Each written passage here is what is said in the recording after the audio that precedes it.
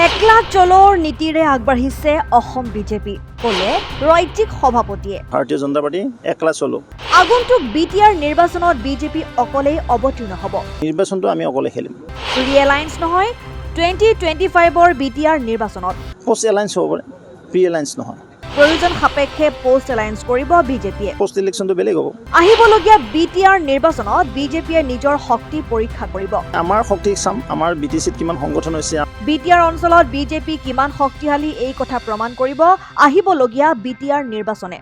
ৰঙিয়াত নতুন উৰণীয়া সেতু নিৰ্মাণৰ ভূমি পূজন অনুষ্ঠানত এই মন্তব্য ৰাজ্যিক বিজেপিৰ সভাপতি ভৱেশ কলিতাৰ।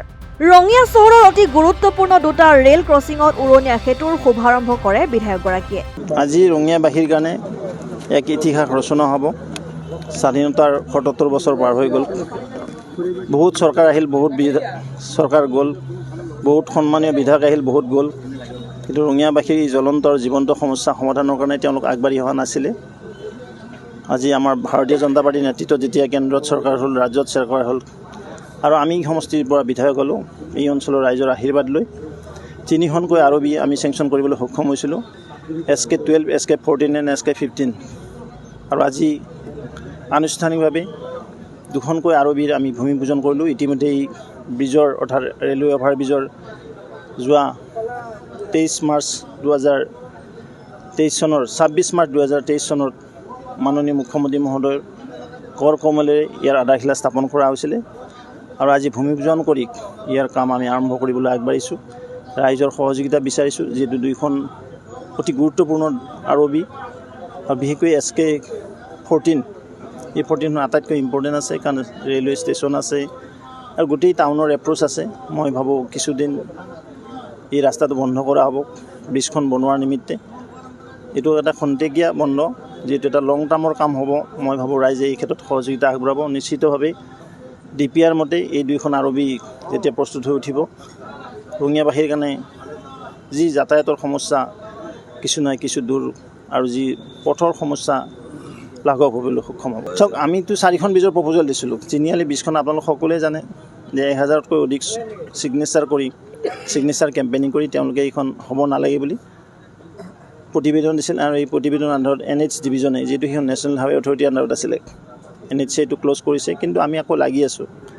আৰু ইতিমধ্যে আমি এটা অল্টাৰনেটিভ ৰোডৰ কথাও চিন্তা কৰিছোঁ, ৰঙিয়া ভটন ৰোডত কানেক্টিং কৰি। সেইখন যদি এল'ভেটেড ৰাস্তা লৈ যাব, তেতিয়াহ'লে সেইখন ব্ৰিজ নহ'লে হ'ব। আৰু যদি নহয়, তেতিয়া ব্ৰিজখন কৰাই দিয়া হ'ব। ইতিমধ্যে ৰেলত পুনৰবাৰ চিঠি দিয়া হৈছে, ৰেল বৰ্ডত এই চিঠি গৈছে। আমি ভাবোঁ ৰেল বৰ্ডৰ পৰা গ্ৰীণ ছিগনেল আহিলে ষ্টেট শ্বেয়াৰটো আমি ৰিলিজ কৰি তিনিআলিত থকা অভাৰব্ৰিজখনো পৰ্যায়ক্ৰমে নিৰ্মাণ কৰিবলৈ সক্ষম হ'ম। এইটো বিভাগে জানিব। মিনিমাম 30 মানকৈ আছে নেকি এখনত, 30 শ্বেয়াৰমানকৈ, কাৰণ ইয়াত 10% লেছ থাকে। 30 কি 28 এনেকুৱা আছে। টোটেল প্ৰায় 60 কোটি আৰু 2খন মিলি। আমাৰ বিধানসভা নিৰ্বাচনৰ আমাৰ এটা আণ্ডাৰষ্টেণ্ডিং আছিলে যে 2021ত যি আমি আণ্ডাৰষ্টেণ্ডিং UPPL অসম গণ পৰিষদ বা 2016 পৰা অসম গণ পৰিষদলৈ আছোঁ। বিধানসভাত ঠিকে আছে, ঠিক তেনে পঞ্চায়ততো ঠিকে আছে। কিন্তু যোৱা BTC ইলেকশ্যন আমি অকলে খেলিছিলোঁ। তেতিয়া BPF খেলিছিল, UPPL খেলিছিল আৰু ভাৰতীয় জনতা পাৰ্টি অকলে খেলিছিল। আৰু মই নিজে নেতৃত্বত আছিলোঁ BTC ইলেকশ্যনত। আৰু সেই অনুসৰি UPPL লগত আমাৰ 2025 ডিচেম্বৰলৈকে BTC চৰকাৰ দিয়াত আমাৰ ছাপোৰ্ট আছে। আৰু নিৰ্বাচনটো আমি অকলে খেলিম। ভাৰতীয় জনতা পাৰ্টি অকলে খেলিব, UPPL খেলিব। পোষ্ট এলায়েন্স হ'ব পাৰে, প্ৰি এলায়েন্স নহয়। চাওক, আমাৰ যিটো ইলেকশ্যন আহি আছে, সমাগত যে BTR ইলেকশ্যন, এই BTR ইলেকশ্যন ভাৰতীয় জনতা পাৰ্টি একলা চলো। পোষ্ট ইলেকশ্যনটো বেলেগ, প্ৰি ইলেকশ্যন বেলেগ, পোষ্ট ইলেকশ্যন বেলেগ। মই প্ৰথমে ক'লোঁ না, পোষ্ট ইলেকশ্যনটো বেলেগ হ'ব পাৰে, ছাৰ্ভাইভেল অফ দ্য ফিটেষ্ট। সেইকাৰণে আমি আমাৰ শক্তি চাম, আমাৰ BTCত কিমান সংগঠন হৈছে, আমি কিমান কাম কৰিব পাৰিলোঁ, আমাৰ চৰকাৰখনৰ গ্ৰহণযোগ্যতাটো কিমান আছে BTR অঞ্চলৰ ৰাইজৰ মাজত, সেইটো আমি চাব লাগিব না। News desk report, Assam time. ৰাইজৰ কণ্ঠ, অসম টাইম। ঘৰত আনন্দ আৰু সম্পৰ্কৰ চমক বজাই ৰাখিবলৈ জৰুৰী হৈছে সকলো আনন্দময় মুহূৰ্তত মৰমৰ উপহাৰ দিয়াটো।